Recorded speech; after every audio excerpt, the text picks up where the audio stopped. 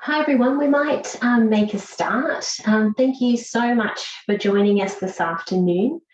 But before we start, I just would like to acknowledge Aboriginal and Torres Strait Islander peoples as the first Australians and traditional custodians of the various lands that we are coming together from today. I would also like to pay my respects to elders past, present and future, and extend that respect to any other Aboriginal or Torres Strait Islander joining us. So welcome on behalf of the Collaboration for Enhanced Research Impact, or as we fondly know as CERI. It's a very great pleasure to have you with us this afternoon for our workshop on the art of co-production. If you haven't already, we'd love it if you could introduce yourself in the chat. I'm Meg Fincher. I'm with the National Centre of Implementation Science, and I'm joining from the lands of the Awabakal people in beautiful Lake Macquarie, which is a region about a couple of hours north of Sydney in New South Wales. I'm also very pleased to welcome Kate Garvey from the Tasmanian Department of Health, and Luke Wolfenden, also from the National Centre of Implementation Science and the University of Newcastle. So Kate and Luke will be presenting and co-facilitating today. I'm also thrilled to welcome Kim Joyce from the University of Tasmania, Michelle Morgan, also from the University of Tasmania and the Tasmanian Department of Health, and Karen Lee from the Australian Prevention Partnership Centre. So Kim, Michelle and Karen will be on hand later to support the discussions in our breakout room. So welcome all. Before we start, I just wanted to take a brief minute to run you through the plan for the session. So shortly I'll hand over to Kate, who will be leading a brief kind of Q&A activity to warm us up and get us a sense of who we've got sort of in the mix this afternoon in our group. We'll then have presentations from Kate and Luke, who will share two really interesting and quite diverse experiences and insights around co-production in practice. So these presentations will include time for questions at the end, so we look forward to hearing from you. Please also feel free to use the chat function, which Karen and I will be monitoring. After that, everyone will move into a breakout room. You don't have to do anything, you'll just be popped into one by magic. And then in that room, you'll be joined by a facilitator who will run through some discussion points. Again, we'll be really looking forward to hearing from you there. And then we'll come back together as a group to hear back and get some feedback from the discussions in those groups. And so just giving you a heads up now that we will be looking for someone to nominate themselves as a spokesperson in each group. Following that, Luke's going to sum up and we'll close and aim to close at 3:40 sharpish so that you have time to head on back to the main symposium for the closing session. So I think just in terms of some housekeeping, we'd love it if you can, if it's possible, to keep your camera on, unless you're upside down, of course. And we'd also appreciate if you could put yourself on mute, unless obviously you want to ask a question in the Q&A or if you're in the breakout discussion groups. So I think now I'll just hand over to Kate. Kate, also before you start the Q&A, we'd love if you could tell everyone a bit about your role and background, and Luke, if you could do that too before your presentation, that'd be great. Over to you, Kate. Sure, thanks a lot, Meg.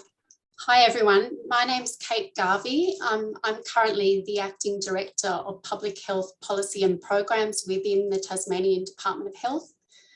Within this role, I'm responsible for building public health translational research capacity, as well as supporting comprehensive policy and program response to promote community health and wellbeing, and I guess to reduce the burden of chronic disease. I've worked in health in a variety of roles for over 20 years. And as part of this, I've been involved in the design and implementation of lots of research projects, as well as supporting researchers to communicate findings to really maximise the impact of their research. I love drawing on multiple perspectives to shine a light on tricky local issues and to solve problems. And my natural curiosity has led me on a path of exploring different types of collaboration, and that includes co-production. And when I look around the screen, I'm sure that there's a lot more knowledgeable people on this call, but I'm going to share with you today some of my background and why I'm in this space. But before we do that, we're going to just pose a couple of questions so we can understand a little bit more about your background. So we might do that now, and those questions will pop up on your screens.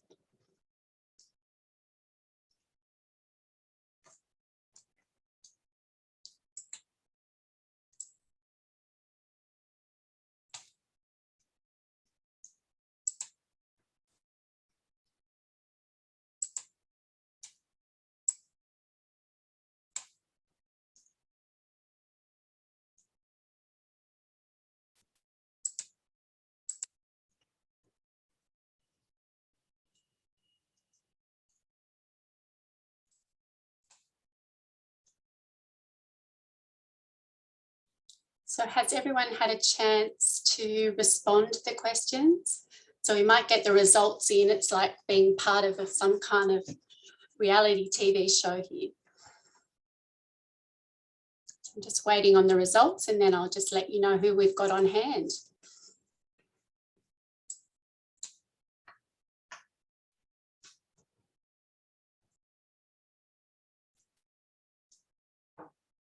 Here we go. So mostly we've got 74% of researchers online, with 19% coming from policy, 15% from practice. We've got somebody, I think, from an NGO background, and we've got another. I don't know what that quite is, but I'm sure we'll hear more about another.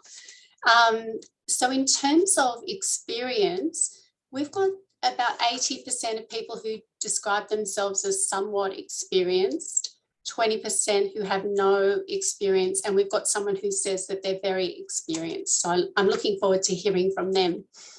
And in terms of current level of opportunity to undertake co-production, we have somebody who has got no opportunity. We'll try and create some.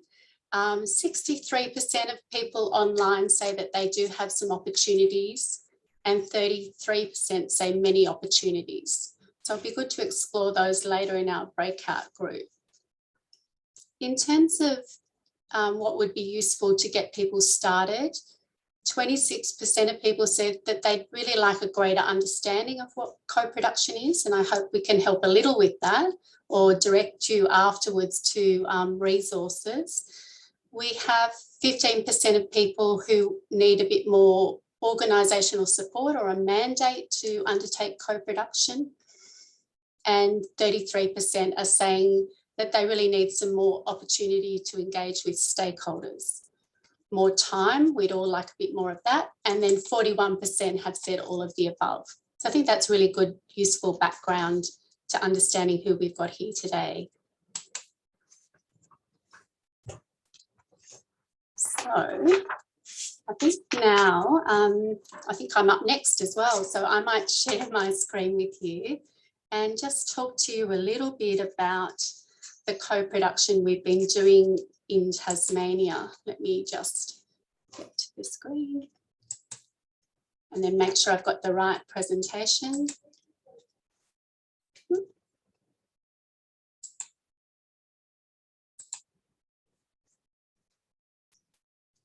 Has everyone got that on their screen?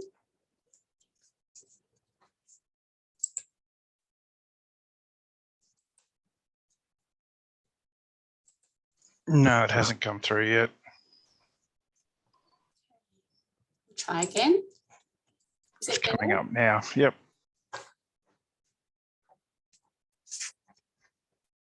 And is that the right view? Yeah, okay. So I'm going to set the scene about co-production and describe a research and policy partnership that we have in Tasmania. This partnership is part of our strategy to strengthen research-informed policy and practice.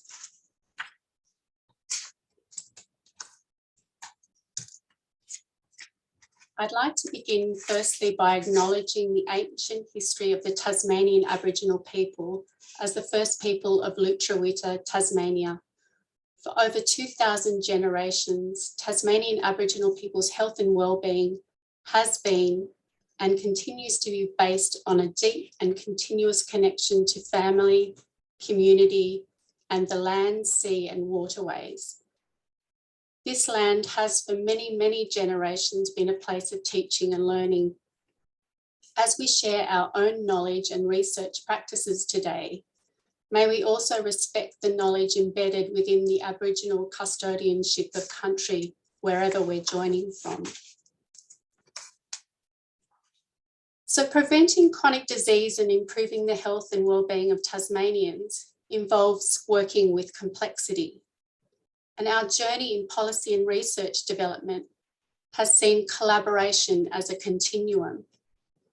We use all aspects of the continuum, starting with consultation, moving to participation, co-design and co-production. All are useful tools depending on what policy or research agenda is being explored.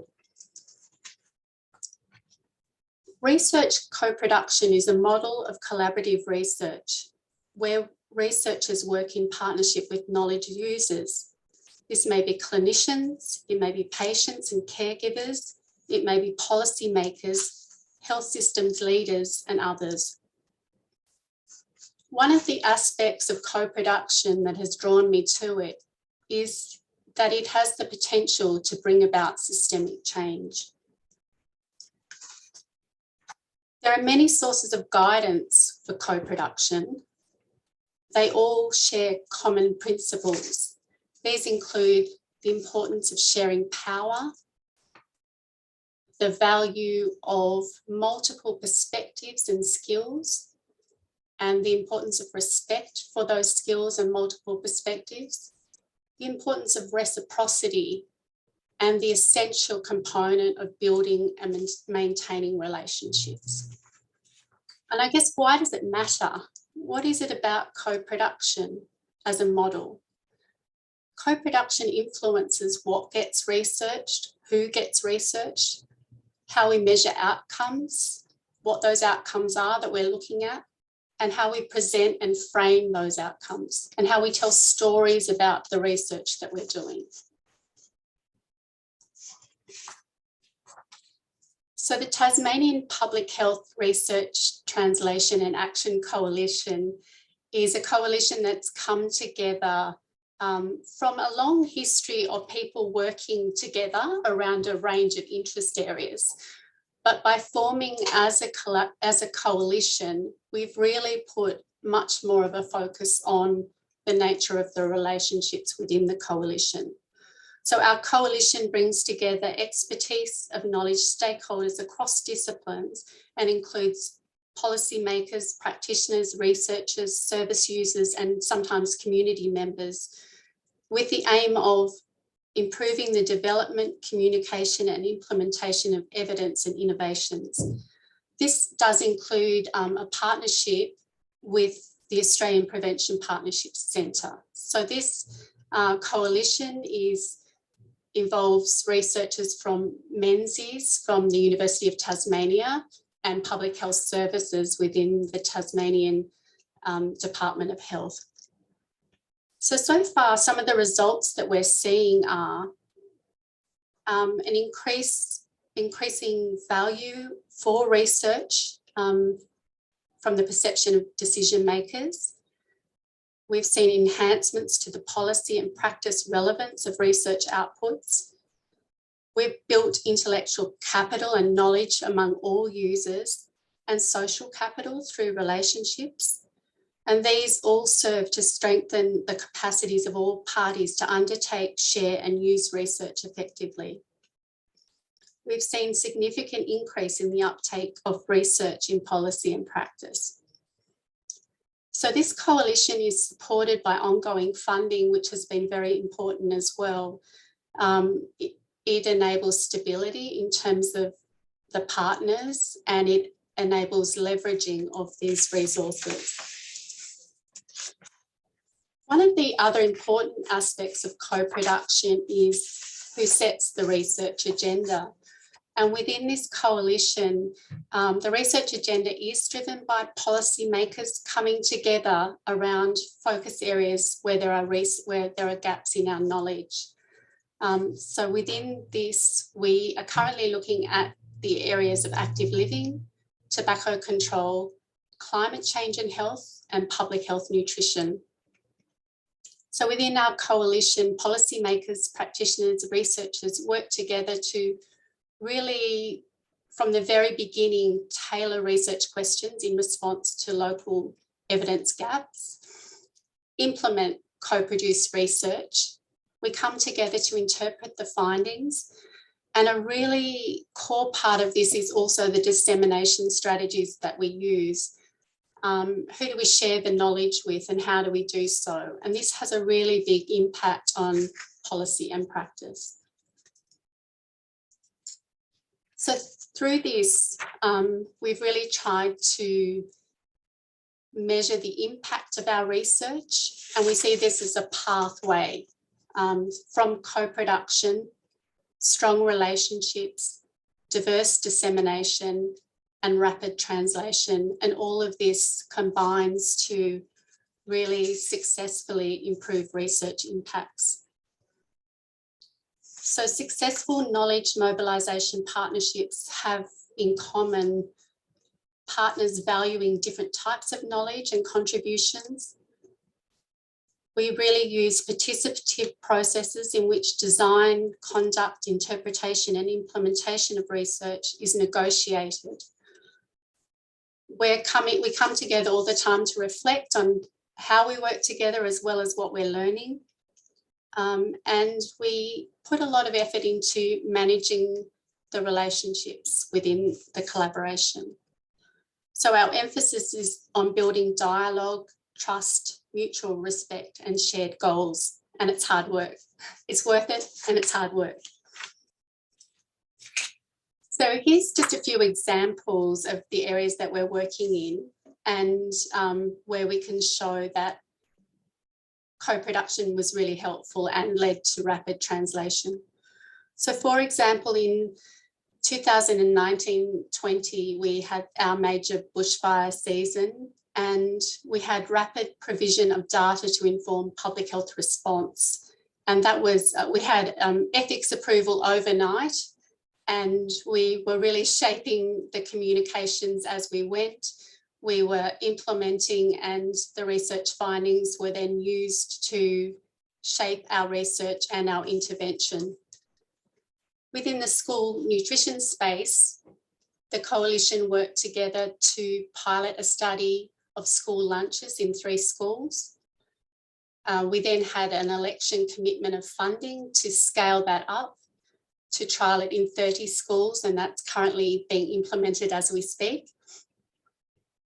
Iodine Fortification has a long history in Tasmania of coming together to monitoring and surveillance of iodine levels in children.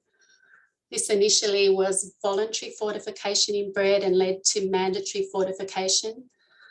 And this involves ongoing monitoring and adaptation and communication of research findings.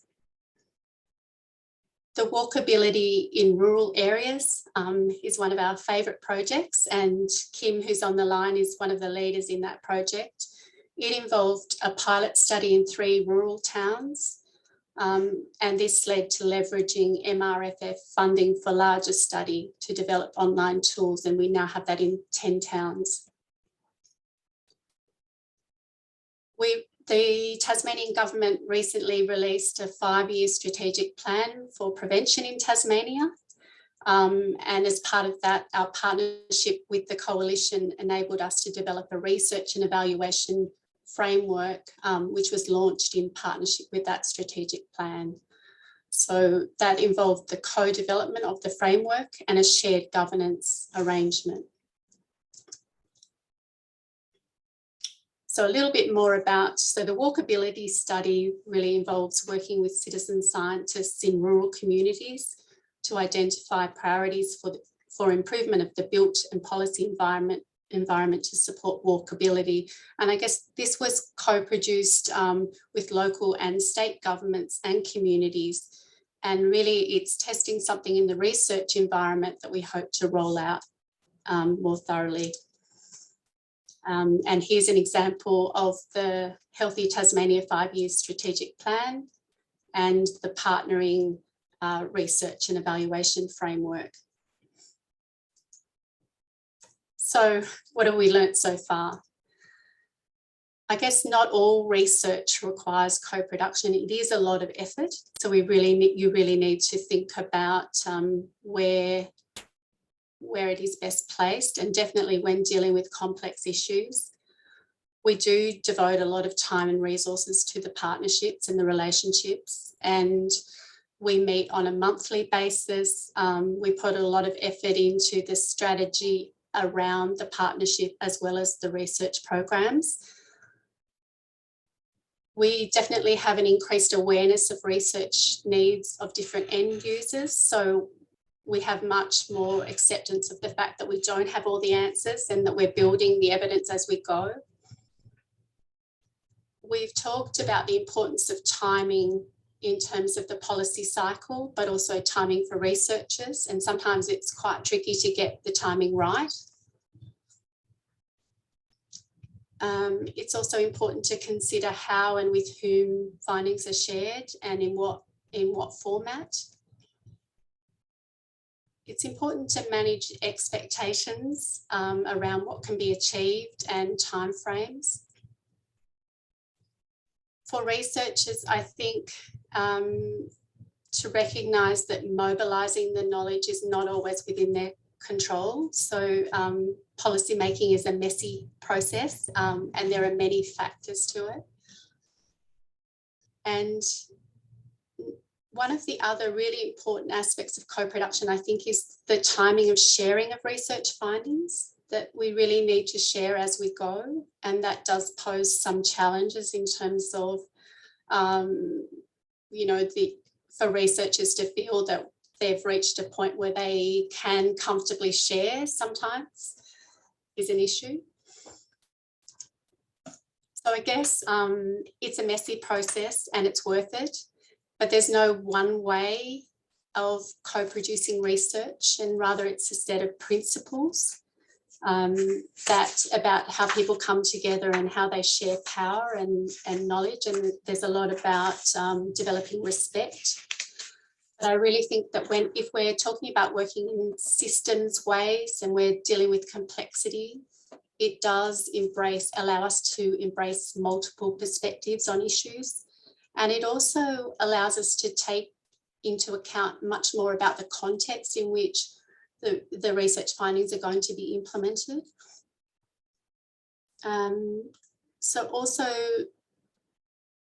I think that it takes time to develop the relationships that allow this trust to build.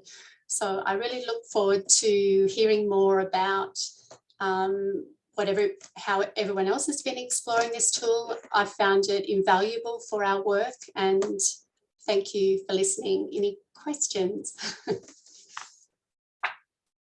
Stop sharing. It's always a bit of a bizarre thing when you're sharing, you know, without everyone around the room and reading the room. So I hope that was okay and clear enough.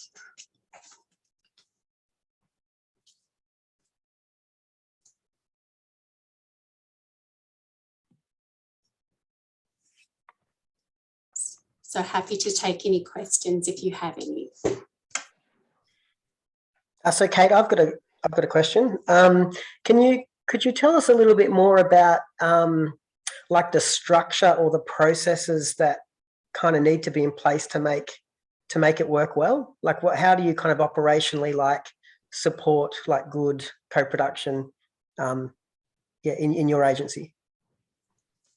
So I think, Luke, some of this has been about building the structure for the collaboration. We have had long-term funding for Menzies around public health research, and we used to get a list of all the publications that said, you know, here's all the fantastic things they've been doing. And sometimes we'd say, oh, that sounds really interesting, but it's not that relevant to what we're doing. So then probably about, could be 7 years ago, we started to say, well, how about we look at where our shared interests are, you know, where are the researchers' interests and where are our questions, and can we bring those two things together?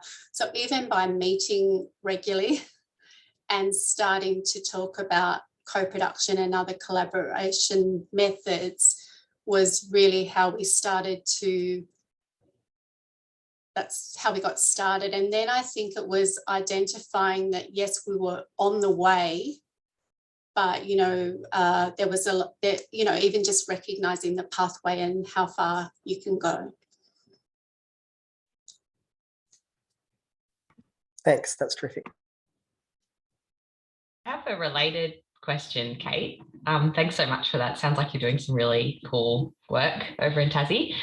So you talked a lot about managing relationships and reflecting on how you work together, and that there was a lot of strategy that went into those partnerships. And I just wonder if you could talk a little bit more about, you know, if we're thinking about trying to co-produce, what are some of the practical things that we would need to do to manage partnerships and relationships? I think it's about making sure that people are clear about when they come to a research question, you know, what their context is and any underlying assumptions that they have about the research topic and questions. And even their needs, you know, even if we understand each other's operating environments, what are the needs around timeliness, what are the needs around funding, what are any political pressures or concerns, particularly from policy area, what are publication needs from research perspectives. Even things like security of employment for some people, I think is a really important, they're quite practical things, I think, at the start, just getting a lot of that out, and then really hosting space so that people can ask challenging questions sometimes and have disagreements, and setting the tone for that, because I think you need to start so that everyone feels able to express any of their perspective or concerns, if that makes sense. Yeah, that's great. It sounds like you need to have a lot of open communication at the start. Yeah, that's great. Thanks, Kate. And I'd say that we probably are getting better all the time with some of those things.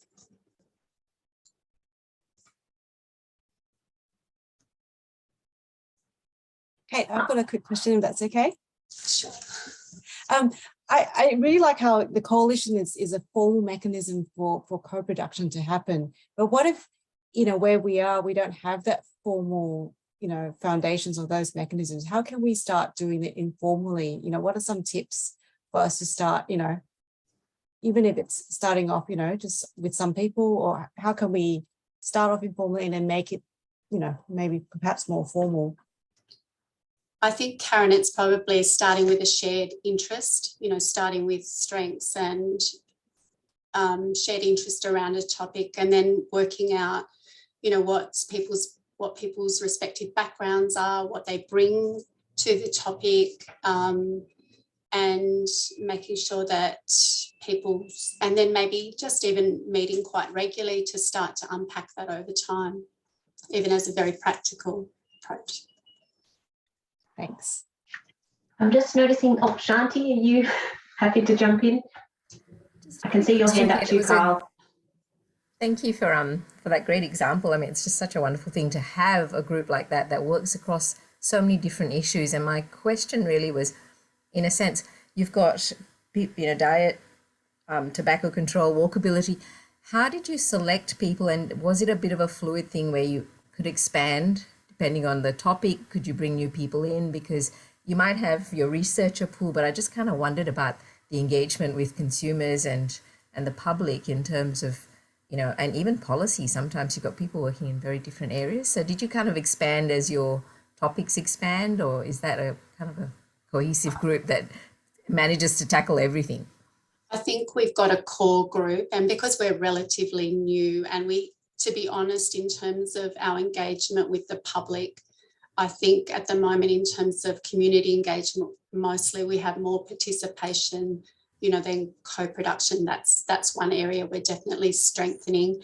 But in terms of having a core group, it was really where we had mutual interest, and then we have expanded that. We've added climate change and health as a broader group. We started with air quality. We added tobacco control because we had some projects with key people, but then we brought them in. We also have a range of other people who are not party to any of those topic areas, but bring other strengths. We also have kind of loose networks into other areas of the university, because the more we work together, the more we're working with different research methods. We're also drawing on people from different professional and research backgrounds. So I think we have a core group, and we have kind of coalitions of interested people. Thank you. Thanks, Kate. I think we've got time for one last question. So, Carl, if you're happy to jump in. Yeah, thanks for the presentation, Kate. So I have a bit of a maybe naive operational question, because I'm new to the concept of co-producing research. When you're approaching getting ethics approval for co-produced research projects, how do you consider the people you're co-producing with, who you've identified, and are they like researchers listed on your ethics form, or are they participants in an action research study? I'm just approaching this myself, and I guess it's a question I need to ask my own ethics committee, but I'm just wondering how other people approach this. Like, I think I've said enough. Hopefully you understand what I'm meaning in that way. And I imagine there's a lot more expertise on this group than on this, because often it's my research colleagues who do most of the heavy lifting around ethics, and we often are listed as researchers. And I think that is one of the areas where there's quite a lot of blurring, and that's why this becomes messy. I do know that some of the research projects I've been involved with have had maybe up to 25, 30 ethics adjustments over the course of the research. So I know that ethics is a particular area where co-production pushes a lot of the boundaries. But I'm wondering, Kim, if you would like to add anything to that, because you're often the heavy lifter. Yeah, so I'm happy to do that. So yeah, Carl, I guess really the ethics processes and applications tend to be driven by the researchers as part of the co-production. So it's more about us including our policy maker colleagues in the ethics applications rather than the other way around. And in general, yeah, so they're not participants, they're co-investigators. Obviously, there might be some research projects where our policy partners might be participants, but that would be particular to that research project. But most of the examples Kate's provided, there's someone like Kate. It's not like everyone gets necessarily listed, but at least often one or two people from the policy side will be included on those ethics applications. And we haven't had any real issues around that. Occasionally you have to just manage how you'll talk about conflicts of interest sometimes, but yeah, but generally we don't get any pushback from ethics around that. Yeah, unless it is a little bit grey, but normally we've been able to negotiate and manage that. Thank you. Thanks, everyone. Okay, thanks, Kate. That was great. And also, Kim, for your contribution there. I'm going to hand over to Luke now. So, yeah, Luke, if you'd like to share your screen and start. Sure. Okay, you should be able to see that now. Great. So I'll just introduce myself. But firstly, thanks, Kate. I thought that was a terrific presentation, and some of the stuff I've also included in my presentation. You've addressed really well, so it gives me an opportunity to kind of skip over some of those sections. But my name is Luke Wolfenden. I'm a professor of public health at the University of Newcastle, director of the National Centre for Implementation Science, and I'm also a health service manager with a local health district where I'm responsible for providing chronic disease prevention services to the Hunter New England region. And I guess it's kind of both those perspectives that I'm bringing to this presentation today. So I'm going to talk specifically about an example of an embedded model of research co-production. But before I start the presentation, I'd also like to acknowledge the traditional owners of the land that we're meeting on today, wherever we are. I'm on the Wabika land, and pay my respects to elders past, present and future.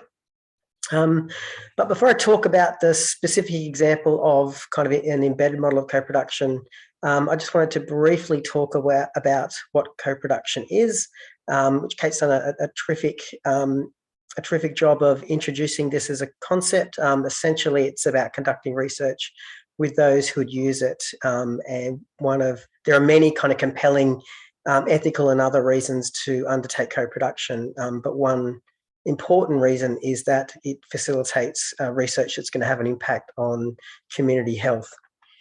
As Kate mentioned, there's no kind of singular way to undertake co-production, so there's no kind of guideline or textbook approach about this is how it should be done, but what is important is that amongst the partners, there's an alignment of values, a clarity of roles and expectations about what is likely to be achieved out of working together in a kind of co-production model.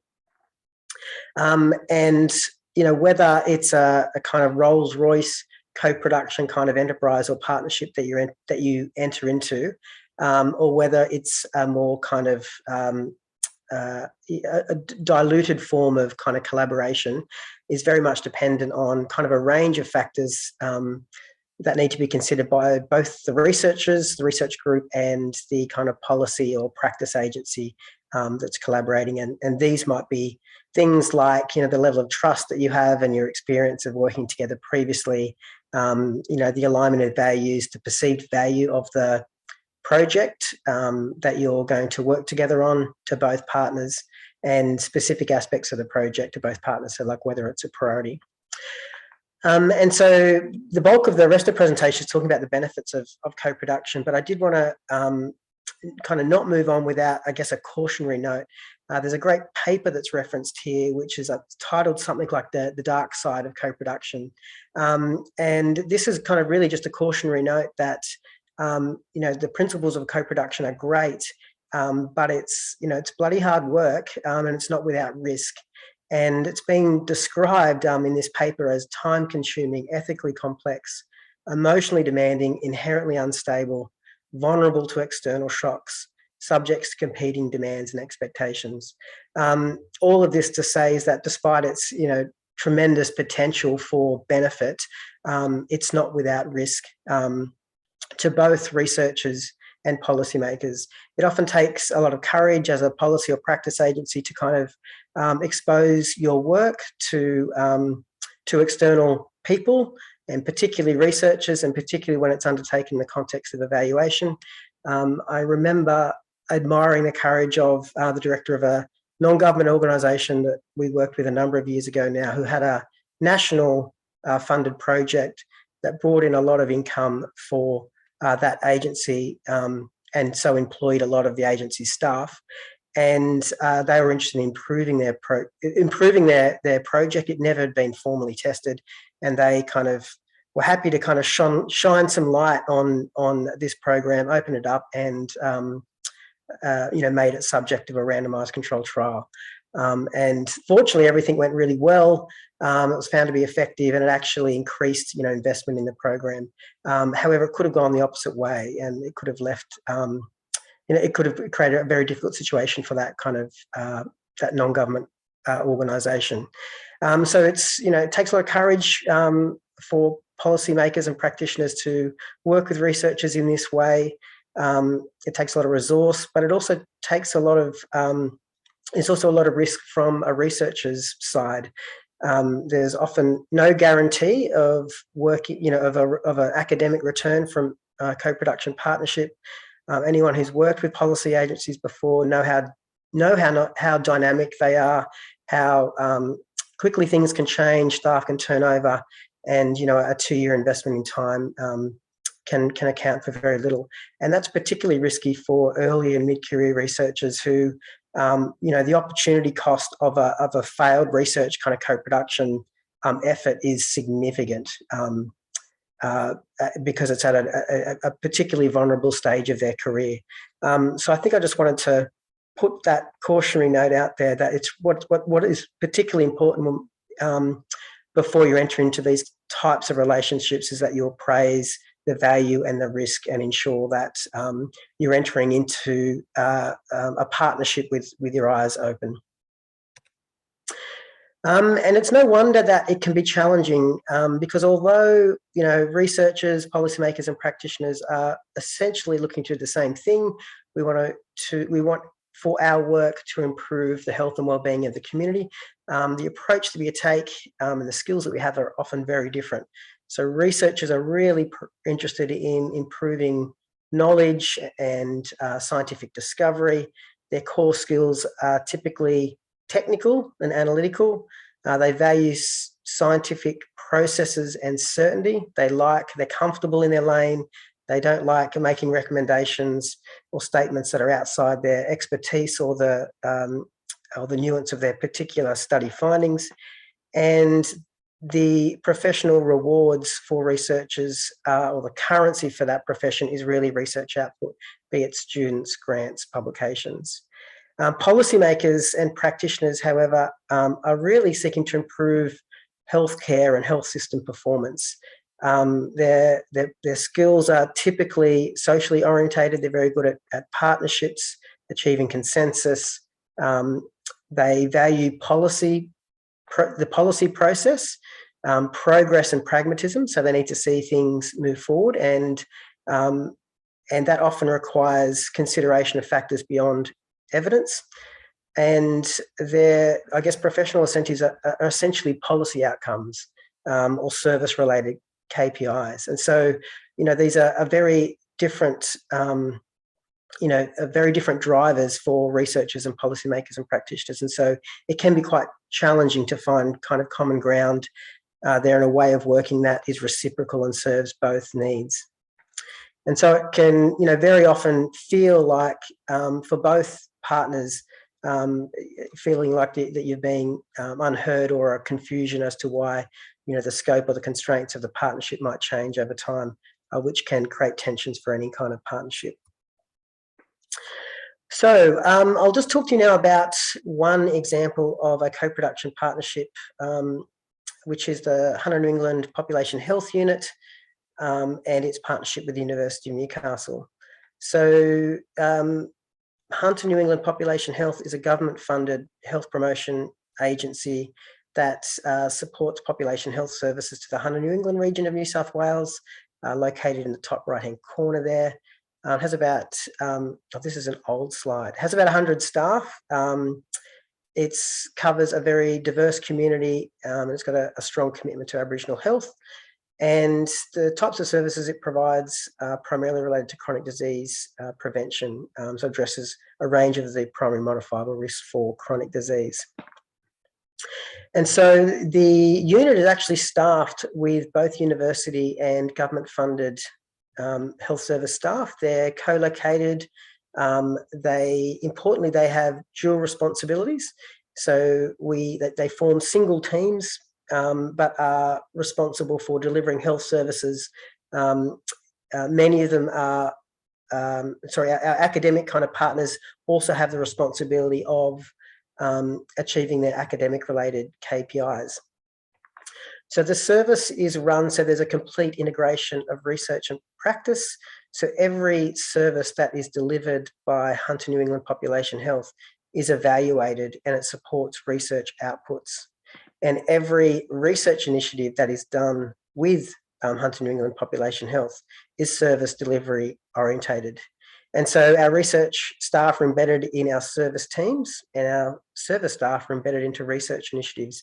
Essentially, there is no distinction. So around a table at one of our kind of project meetings, you might have a health service manager, a PhD student, some health service funded project officers, and an RA. But they're all working collectively to address a health system problem, and they're applying research to do that. And so this is research that's undertaken with or by the health service for the needs of the health service. And out of this partnership, all IP is shared, as are professional development and publication opportunities and everything else good that comes out of this partnership. I mentioned before that, the differences in the drivers between researchers and policymakers and practitioners. I think one of the primary reasons that much of this is overcome, or a middle ground is found in an embedded model, is that the leadership of Hunter New England Population Health often are duly appointed.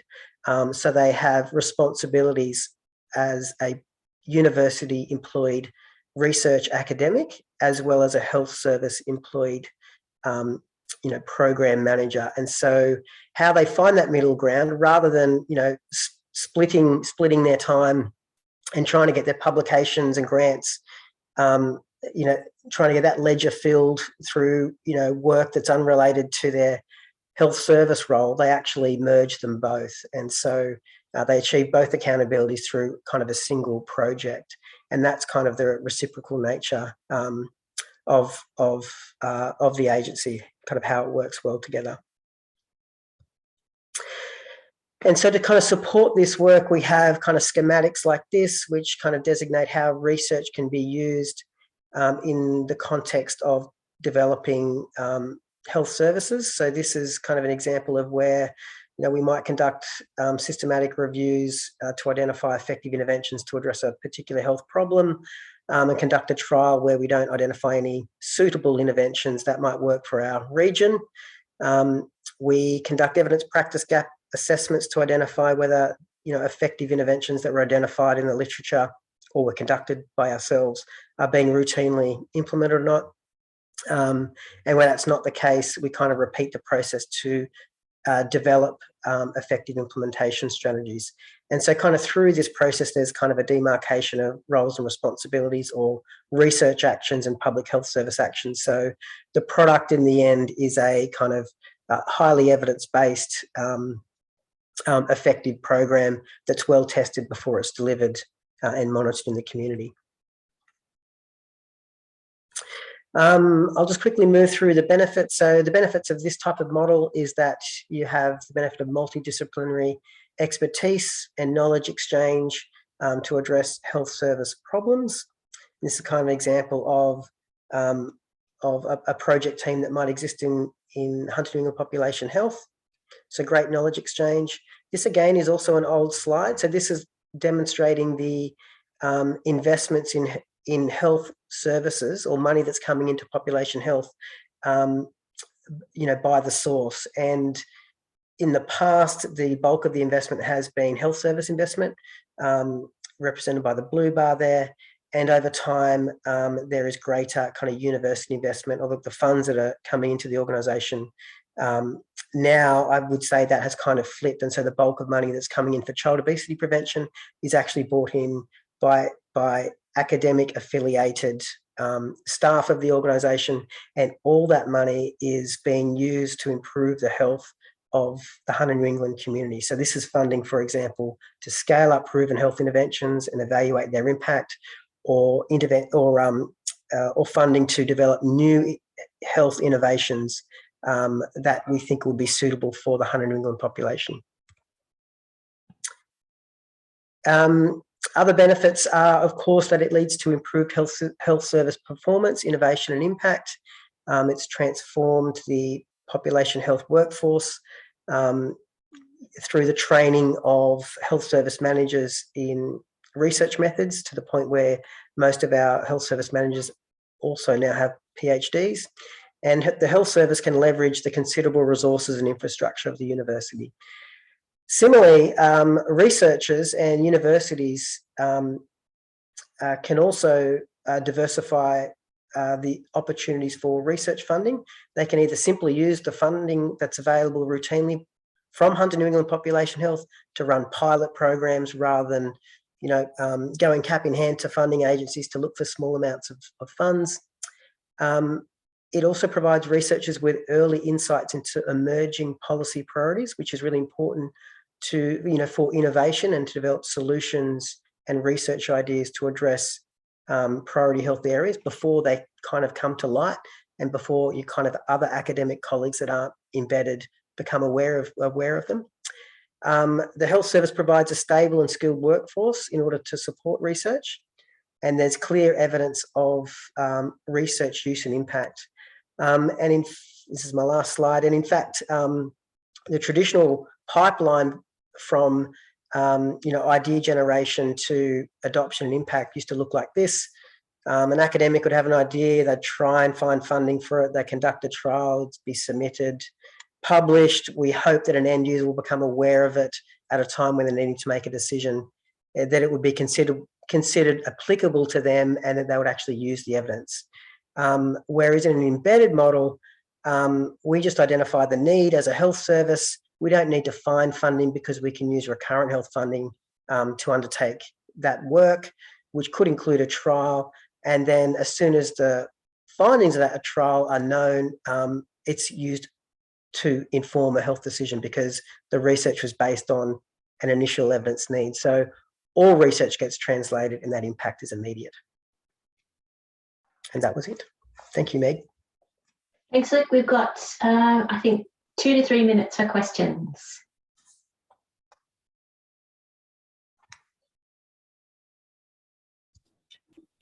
I've got a question, Luke. That was great, thank you. So the benefits are very clear, and I'm just wondering what's the flip side? What are the challenges that you've experienced? Yeah, so from a research perspective, I think it's kind of not a model for everyone, and certainly in instances where we've recruited academics who are kind of unfamiliar with, working in service or policy agencies, they can find the bureaucracy stifling, and they can find the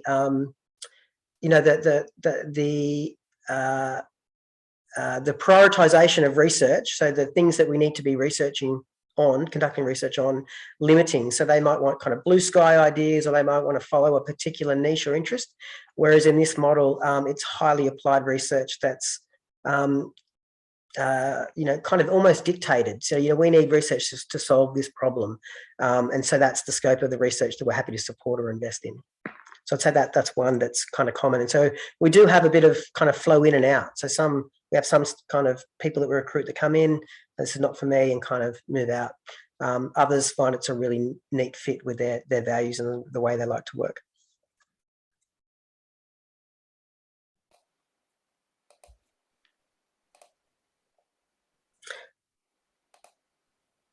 Connor, I can see your hand up.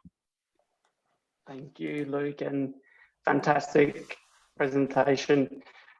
Always really useful. I'm interested in this idea of getting from a need to a question.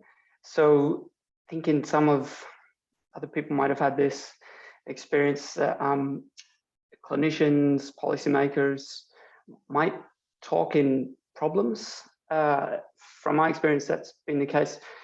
Talking in problems and researchers talking questions, and how to actually match those two. So I was sort of wondering about the nuts and bolts of, again, maybe a little bit like Carl's question, operationally, how you get to that question part, if that makes sense. Yeah, I think I understand. I mean, I guess we try and move from questions to solutions kind of as quickly as we can. And one of the, the problem might be clear, but we need, we often then have to put in processes to harvest ideas for how that could potentially be solved, and then put a research lens over it to see, well, does that make sense? But the benefit of an embedded model, or indeed a co-production model, is that you're making use of the tacit knowledge and the expertise of the people on the ground who live the problem and understand the constraints of the setting that they're working in. And so, what solutions may or may not work. And often what we find is that if you do a good job of this, the solution's already there. For most problems have been solved somewhere, by an outpatient clinic, by a school, somewhere. And it's often a process of finding the solution to that problem, and then evaluating it or modifying it or adapting it in a way which is, can produce generalized evidence or a generalized solution to your context or for other contexts. So I hope that addressed your query. It does. Great. Thanks, Luke. Have time for just one very quick question, and then we'll jump into our breakout rooms. I can see your hand up. Thank you. Yeah. Thanks very much, Luke. That's a fantastic presentation. I might have missed, may I know what type of organization is HNEPH? Is that a PHN? No, it's not a PHN. It's a state-funded health promotion unit, I guess is how I describe it. So I think it may be unique to New South Wales. There's 13 local health districts in New South Wales that are responsible for primary prevention. So they're not federally funded like a PHN.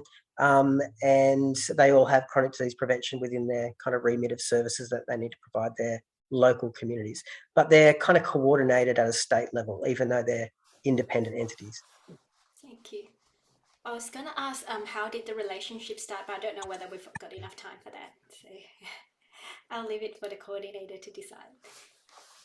We probably don't have enough time, but Luke, if you want to respond in the chat, Sure. feel free. Okay, we're ready to break into our rooms now. Thank you, magical producer.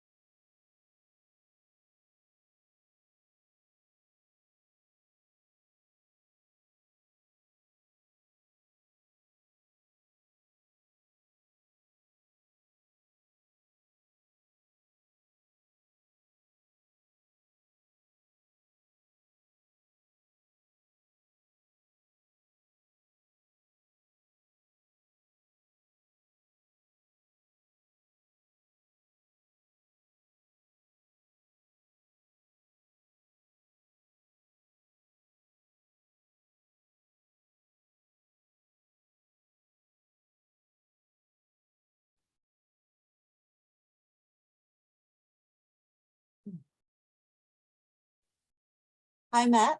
Hi, Karen. Hi. Breakout room 3 needs more people. With the randomization didn't quite work. So we can put some new people into that room just because we've got Luke, Megan, myself, and someone else, and we're all from the same kind of area. We did lose quite a lot of people.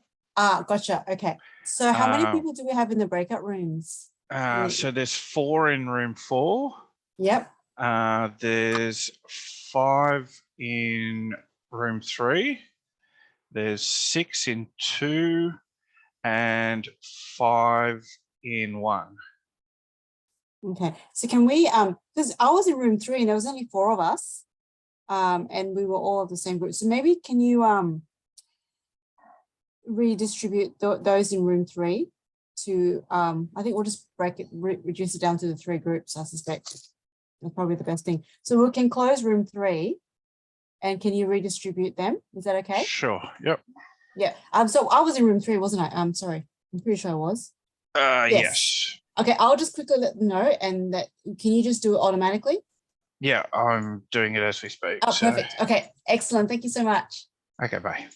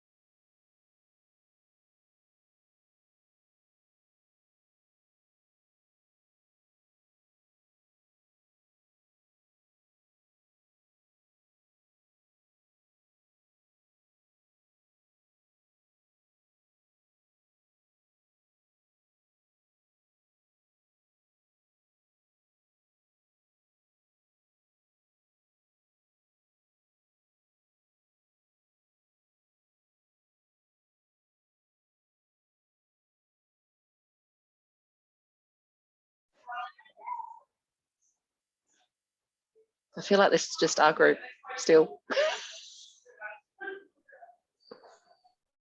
Talking on mute. Yeah. Well done, team. We were efficient at moving back. Yeah.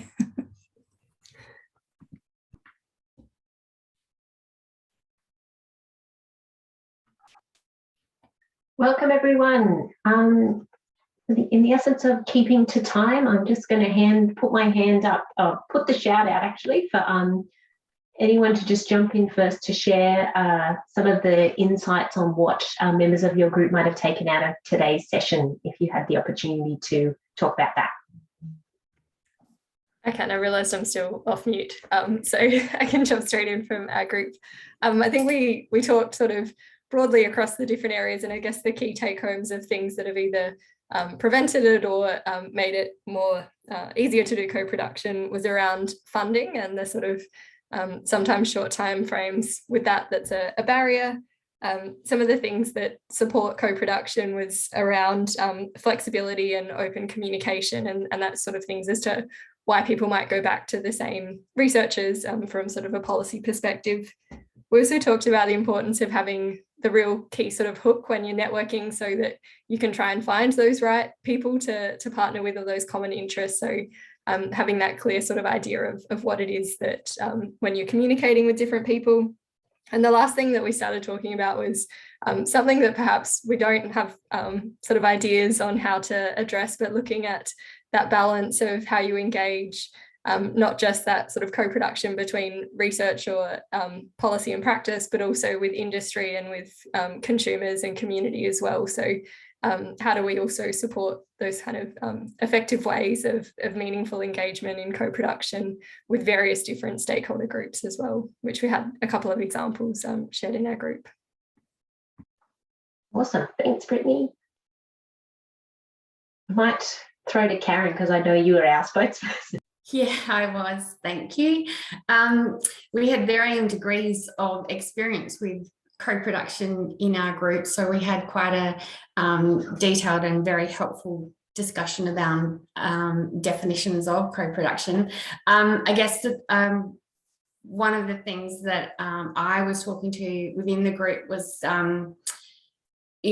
I'm new to co-production, so I guess this whole, all of the sessions have been really useful. And we did talk about, you know, in the past, have we always done co-production, but haven't just known what the label is and, you know, refined the definitions around that. So I guess the takeaway is that how useful it is. And I'll certainly be going and doing some more reading to make sure that we are doing it effectively. We've got some useful links and that from the team. So yeah, thank you.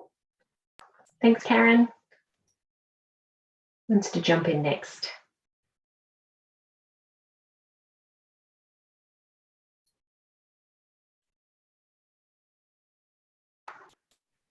Okay, I'm going to need my facilitators to help me out here and let me know.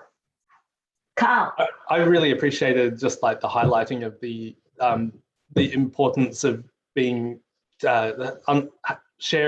being clear about expectations up front and early on in the project, teasing out the different assumptions different stakeholders bring so that everyone becomes on the same page and you can work to mutual satisfaction. Yeah, I appreciated our facilitators kind of sharing their experience in that way. Thanks.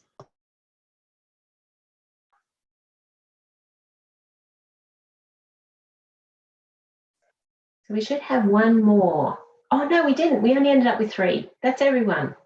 That's right. Thanks, everyone. All right, well, I'm going to hand over to Luke now just to kind of wrap up and yeah, close the session.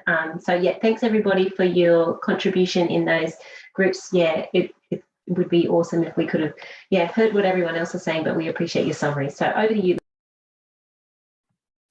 Thanks, Meg. Well, and thanks everyone for participating in the session today. I think it's been a really kind of productive session, exploring an issue that it appears as though many of us are kind of familiar with or undertaking in some part, but lots of us were kind of interested in perhaps how to do that better.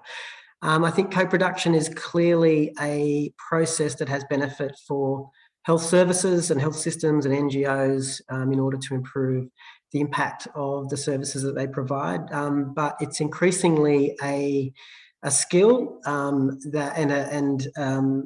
expertise that is increasingly required of researchers. And that's particularly the case in a research environment that is valuing impact more than it ever has before, and the central role of co-production in ensuring that the work that you're doing has impact. It's kind of really hard to overstate. Funding schemes like MRFF are inherently aligned to work that does impact. So I think developing skills and forming partnerships that give you the opportunity to co-produce research is going to be great for science, great for researchers, and importantly, great for health services and health systems to improve the impact of the work that we do. A couple of the key themes or the key words I kind of kept hearing today that might be worth kind of highlighting again is that it's a messy business. There is kind of no clean way to do kind of co-production. It's really like any good or bad relationship. It needs a lot of time and attention and perseverance and patience in order to do well. And we've heard a couple of examples of how it can be done, the Tasmanian and the Hunter New England example, but they're by no means, the only way to do kind of co-production. And probably what is important is that you find a way that fits your kind of capacity and opportunity, and the capacity, the opportunity, interest of the partners that you're looking to engage.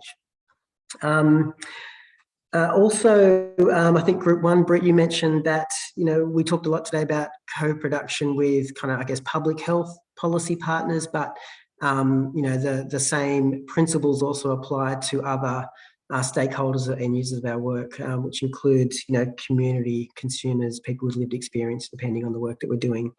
So the principles apply, but the method is likely to be a little bit different. And so that's something that wasn't discussed today, but is but is of course very important. And so I think, I hope the session today provided people with a bit more insight into what co-production looks like, and I hope you've enjoyed the workshop and can take something from it. We are, Meg, 10 minutes early, so I'm not sure what you want to do with the extra time. We can kind of shut up shop, or we can happy to kind of extend the conversation if people are interested. Perhaps if people have any further questions for you, Luke, while you're here, maybe we can just give it another few minutes and people can take a little break before they rejoin the live feed for the closing. So just going to give people the opportunity if they have any other questions for Luke or Kate or anyone.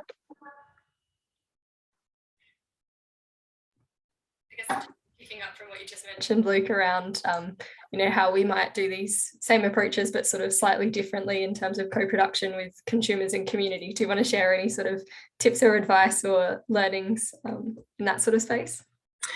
Yeah, there would be people better placed to do that than me. I mean, I think I would just a reflection on the work that we do. I think we under engage consumers and the community, the work that we do, and I think. This isn't an excuse. This is an excuse by any means, but I think sometimes it's hard to work out. Particularly, the work I do is in prevention. Sometimes it's hard to work out who is the end user, and because we might work with settings, and so and I guess our primary point of consultation is usually the organisation that we're asking to deliver a particular program, and we try and align it to their needs, and. The community is often engaged in developing the intervention, so we might ask, is this acceptable? But we often stop it there. And I'm sure that's to our detriment. So other people, I'm sure, would probably be better placed to provide some examples of how to do that well. If you'd like, if anyone, Tash. I might not have an example, but just sort of another side to that story. So I guess Wellbeing SA within South Australia is, I guess, the state-based health promotion agency for the government. But we're sort of working through that terrain as well, because we aren't a service provider, so we don't necessarily we don't deliver on the ground services to the communities, but we need to support the communities to have the resources available and the support and the capability and the capacities and the policies in place to be able to do this. And so again, we're struggling between the line between where the relationship lies with the community, in terms of, is it the services / settings within which they're engaging that hold that stakeholder relationship to engage with them, to know what they need to want. But then we sort of see it potentially from a public health, population health perspective, using that our capabilities in that space to support other sectors outside of health to do that more effectively, so that they know how to engage with the community and use those findings in an evidence-based way. So it's kind of like not a direct line. So it's also trying to navigate the indirect lines of that community-based engagement as well, because I think those stakeholder relationships are so important, and sort of jumping from the direct relationship line to just talk to a community. I think that's where that relationship breakdown across sectors, when we're thinking of a health in all policies perspective, can really falter. And so sometimes I guess researchers can bridge that gap slightly for us as well, from a policy perspective, because you're a bit neutral in a way. I mean, you might have the objectives of health in your remit, but I guess it's, you know, you provide a bit of a barrier between your health while you're talking to our consumers, you know, when we're thinking about education or planning or local government or whatever it is. So that's just another perspective, not really an answer or a solution, but just a perspective. Thanks, Tash. Yeah, I was just going to respond to the consumer question, because it is an interesting one, you know, that involvement at that early stage and those sorts of things, but it just makes me reflect. Kate mentioned our rural walkability project in her presentation, and so we've used citizen science as part of that process, and so some methods will facilitate more community engagement. And that process, while maybe the idea for the project was done in partnership with the department, but also our local government association, at the local town level, we've found champions and people who are really engaged and think this is an important area, and who are often already doing some work in that space and can see a relationship with the university is going to support work they're already doing. And then embedding things like citizen science, and then we've gone back to communities with, and again shared our data or shared their data with them early to help and asked them to help set the priorities, and sort of then develop reports that they can use for advocacy. So there's different mechanisms, so it might look a little bit different, but it would, you know, but it's, and it's co-produced research with the, you know, that comes up under our collaboration and involves other partners, but then there's also a degree of co-production with each individual town and the community members on the ground as well. So sometimes, like, it can look different and it embeds in a different way. So I don't know if that's helpful, and, you know, at other times and places you might go about it in quite different ways.